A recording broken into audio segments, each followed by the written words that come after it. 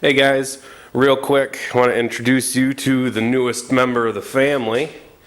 This is my 2013 YZ250F. I picked it up on New Year's Eve. I've put 4.2 hours on it since, so I've got a little bit of time on it.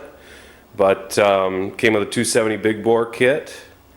It has the FMF Power Bomb titanium header and titanium 4.1 RCT muffler. Help keep the weight down a little bit. First thing I did was put the oversized IMS tank on it so that if I do decide to race it, that I can at least get through a race without running out of gas. I've put the GPI oversized radiators and the Unibiker radiator guards on here. Swapped over the studded tires from the two-stroke to this. I've got all new controls that I put on it. I went with the Pro Taper Evo YZ high bend bars, just like what I normally run on the two-stroke. They're really nice bar. They got a great feel, and so I figured I'd just stick with what I know.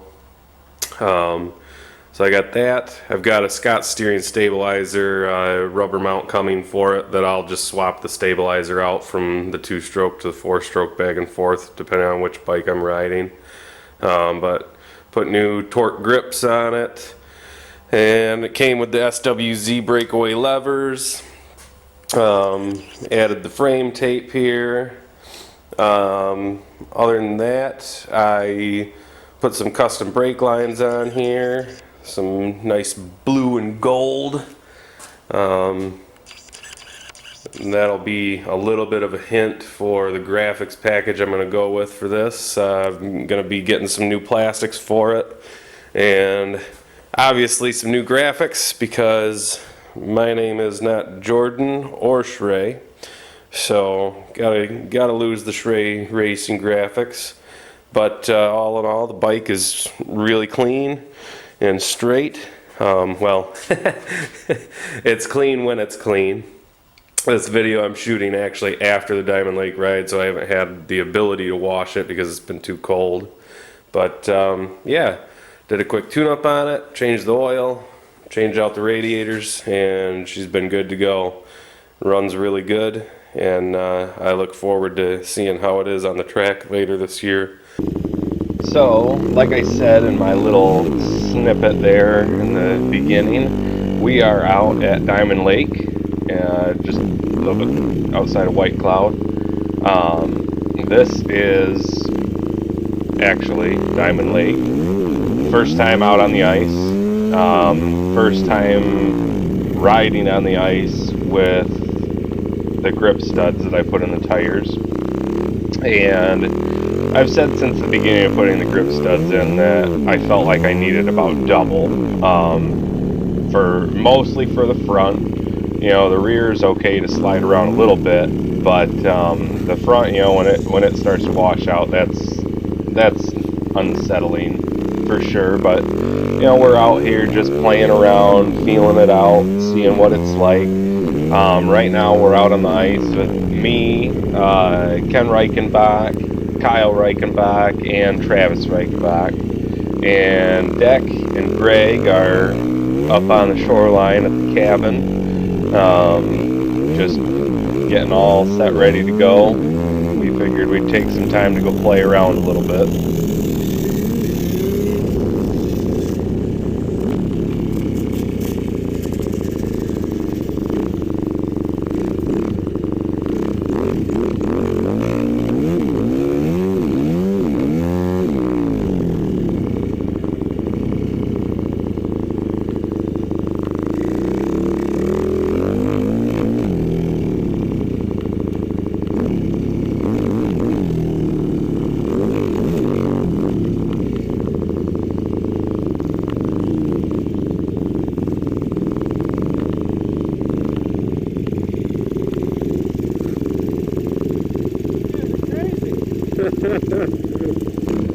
So that was Deck Andrejczak.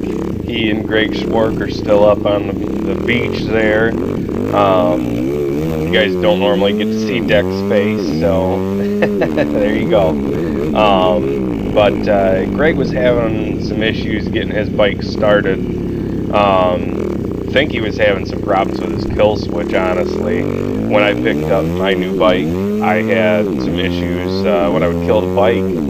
You know, for a while, I couldn't get it started. Didn't matter what I did, hot start button, whatever, didn't make any difference. And I have a feeling that was kind of similar to what Greg was having going on with his bike. My kill switch was sticking, and while we were out on our ride, he tried to kill the bike with the kill switch and it wouldn't work. So I think he's got a funky kill switch going on there, but eventually he did get it started and we were able to go for our ride. So we should be taking off here. Yep, right now. We're a little ways into the trail here, not too far. We just rode across the ice to the trailhead, and this is like the second part of the trailhead. Everyone right now is just kind of feeling out how the ground is. It's really the first real snow that we've gotten to where the ground stayed hard enough, you know, to actually see what the studs will do. So yeah, everyone's kind of taking it a little bit easy.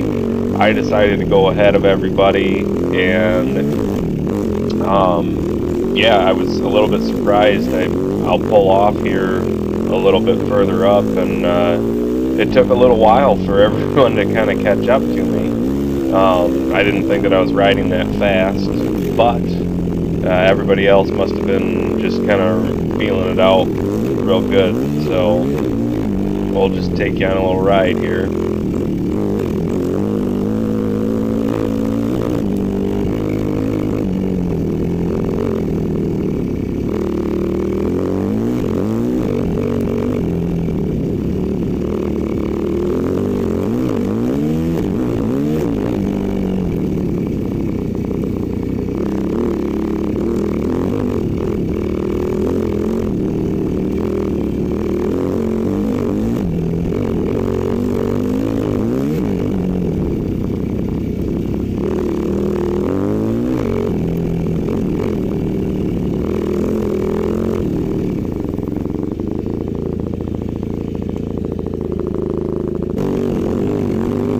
There's Greg. Like I said, he did get his bike running, and with this video, what I was trying to do is get a shot of everybody at some point on the trail.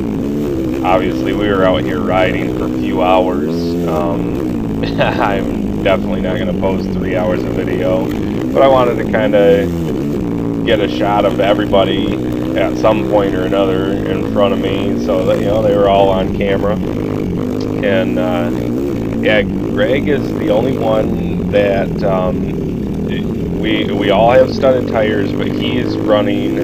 I'm not sure if he put true cold cutters in his tire or not, or if they're just sheet metal screws. But looks to me like even if they were just sheet metal screws, they were hooking up pretty good. Not sure how they were on the ice, but he did say that he was actually really surprised how well they gripped out here. So anybody thinking about doing sheet metal screws, I'm pretty sure that that's what he used. I can't tell you what size because I have no idea, but yeah, they seem to be working pretty good. I know this weekend, the 27th, I think it is, this Sunday anyway, we are heading up to Valley Trail Riders. They are hosting a winter trail ride.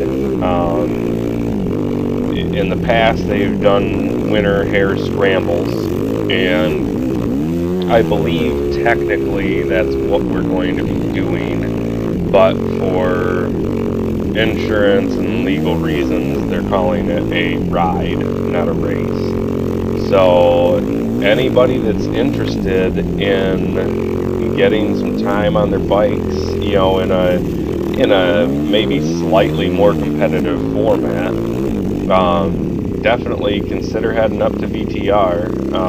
It's going to be a great time. Temperature, I believe, is supposed to be somewhere right around 17 degrees, so it'll be a good temperature to race. And yeah, the valley trails are always really fun, so I'm definitely looking forward to it. See what I believe, if I'm remembering correctly, that the fee is $15 to ride, and you don't need AMA or D14 memberships because it's not a sanctioned race. So that should be good. And the ride is going to start at noon. So anybody that wants to come, be there before noon, and preferably not right before noon. But if you have any desire to go up the night before and camp out or sleep in your truck or whatever, camping up there Saturday night is available and is free. So consider that if you feel like you live too far away but you really enjoy coming out for a ride. I would anticipate that we'll be done probably by 3. So, you know, it should be, you know, not terribly late getting home. So definitely consider coming out and joining us for this awesome winter trail ride that we're going to be doing. I know that Valley is also supposed to be hosting a ice race at the same time. So if you're looking to just come out and watch, feel free. The more spectators, the better.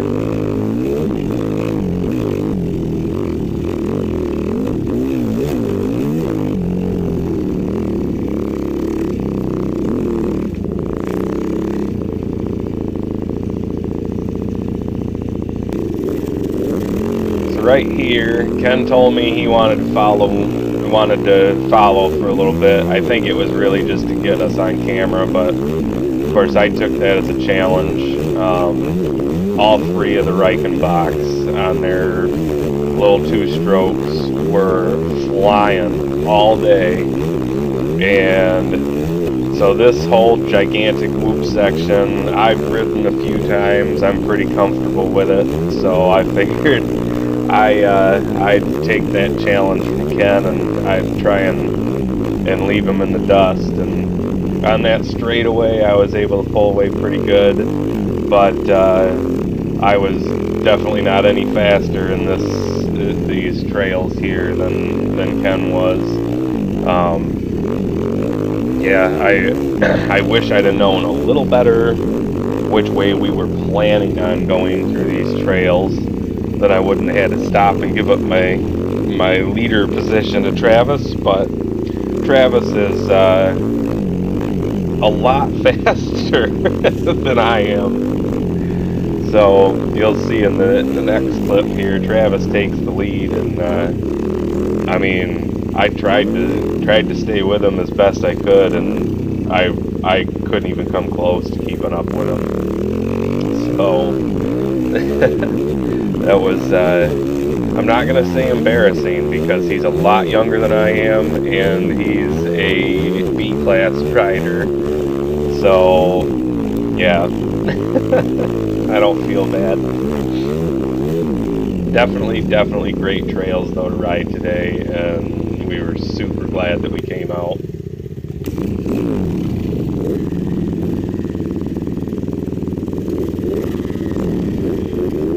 Nope, I must have cut out the section where Travis left me in the dust because he actually left me so far behind that it just looked like I was riding on my own. So at this point, we had Deck take over. He's leading the group, and I believe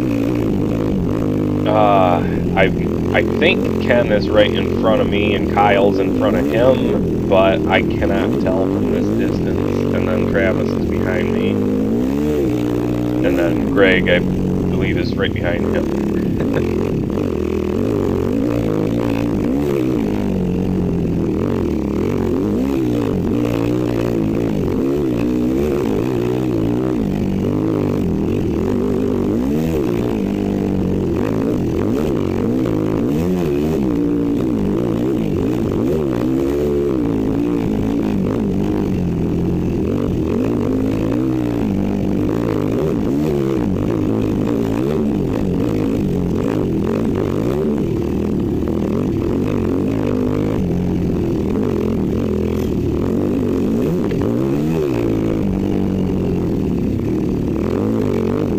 Right now, you know, if you guys watch my videos, you know, I typically ride a 2001 YZ250 two-stroke, and you guys were introduced to the 2013 YZ250F. The 2010 to 2013 was the lightest of the 254 strokes. I know a lot of people say that all the 2010 to 2013 YZs needed to be fuel injected, whatever, they needed more power. And of course in 2014 Yamaha did go to a fuel injected 4-stroke. I don't mind having the carburetor. It's not as quick and easy to tune as fuel injection, but it works well. During this ride, it was running pretty rich. I have no idea what it's jetted at this moment, but I had no real complaints about it, except the guys that were riding behind me said their eyes were burning after after the ride. So apologize for that. But yeah, like I said, the bike came with a 270 big bore kit in it. It came with the FMF RCT 4.1 titanium exhaust, the full exhaust with the power bomb header and everything. So, you know, my big thing with buying a 4-stroke is I wanted it to be as close to the same weight as the 2-stroke as I could possibly get, because, you know, our races are long, and any of you guys that watch me regularly know that, I mean, I can ride, but I also crash. So, you know, I wanted to make sure that if I do go down, the bike doesn't weigh 1,000 pounds, and, you know, if I happen to fall 5 or 6 times in a race, that it's not going to kill me to pick it back up off the ground. So that was why I was looking for the 2010 to 13 year range YZ250F. And, you know, at this point, I've been very happy with it, with the lighter exhaust on there, and I did put the oversized tank on it, just like the 2-stroke, but it's about a gallon less than the 2-stroke, so I figure that's what, probably 4 or 5 pounds anyways.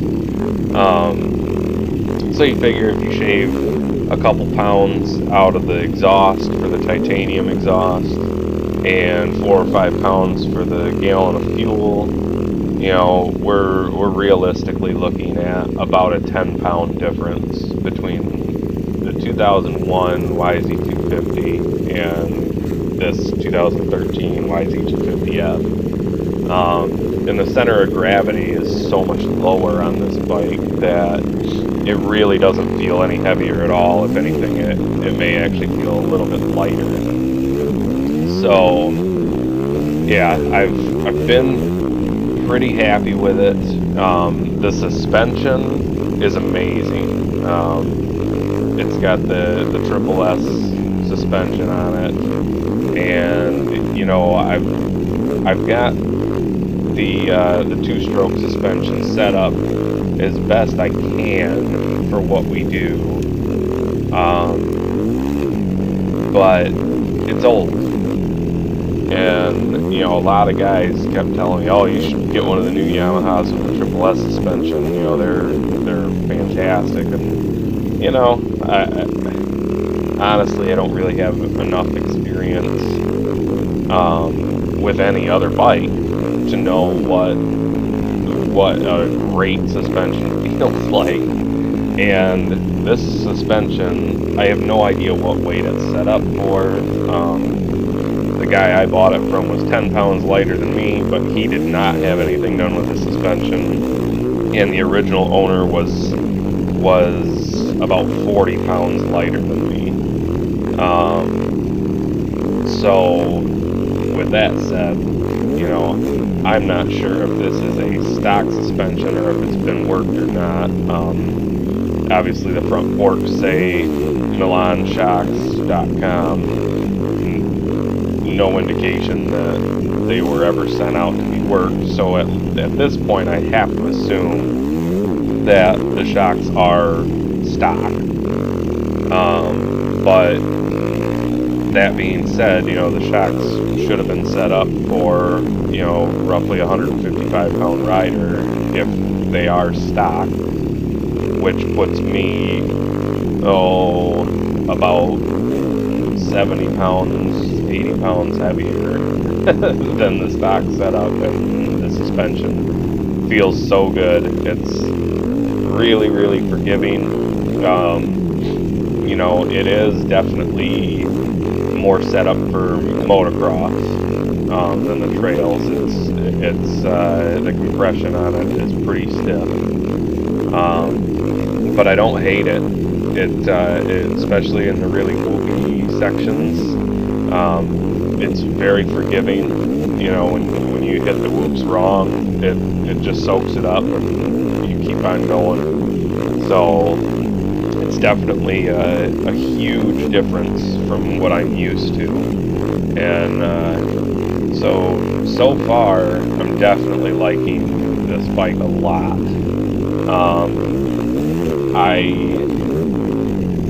I find the power delivery obviously to be much more controllable.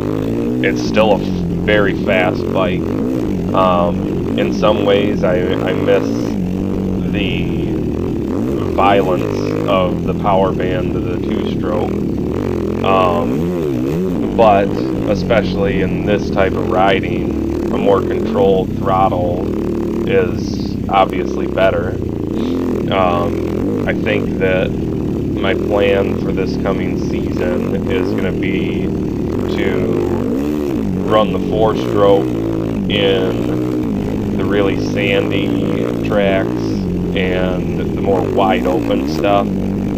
So for Plymouth and Portland, for sure, I will be planning on running the four-stroke. And then in tighter tracks like Valley, where we're racing on, or where we're riding on Sunday, I will probably end up using the two-stroke.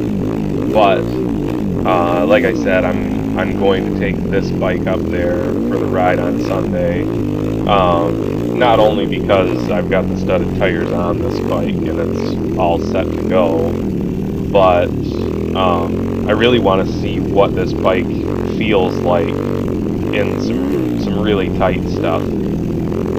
The one thing that the two-stroke definitely has over the four-stroke is the recluse.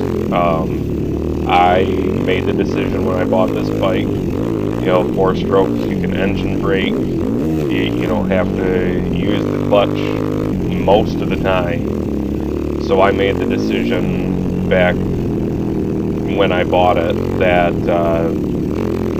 you know, I was not going to put the recluse on it until I had run at least a few different races with it to see, you know, if I really felt like I needed it.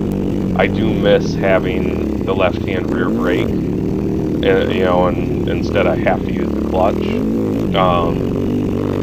But they're trade-offs, and I really did not mind having to use the clutch all day during this ride, so I don't think that that's really going to be an issue. But I do think that I will be considering a Recluse, possibly in the future. More just to prevent from screwing up. I never stalled it on this trail ride, but there were a couple times where I lugged the motor just a little bit too much, and it almost died and threw me over the handlebars. So, you know, situations like that is where the Recluse really shines. You know, it really is best when you don't need to rely on it, but it's just there as a little added security. So we'll see. I do think that if I go with the Recluse for this bike, that I will probably not go with the Core 3 EXP like I've got on the 2-stroke. I'll probably go with the cheaper one, because I'm not necessarily looking for it to be, you know, what I rely on. So, yeah. With that said, we'll just have to see how things go.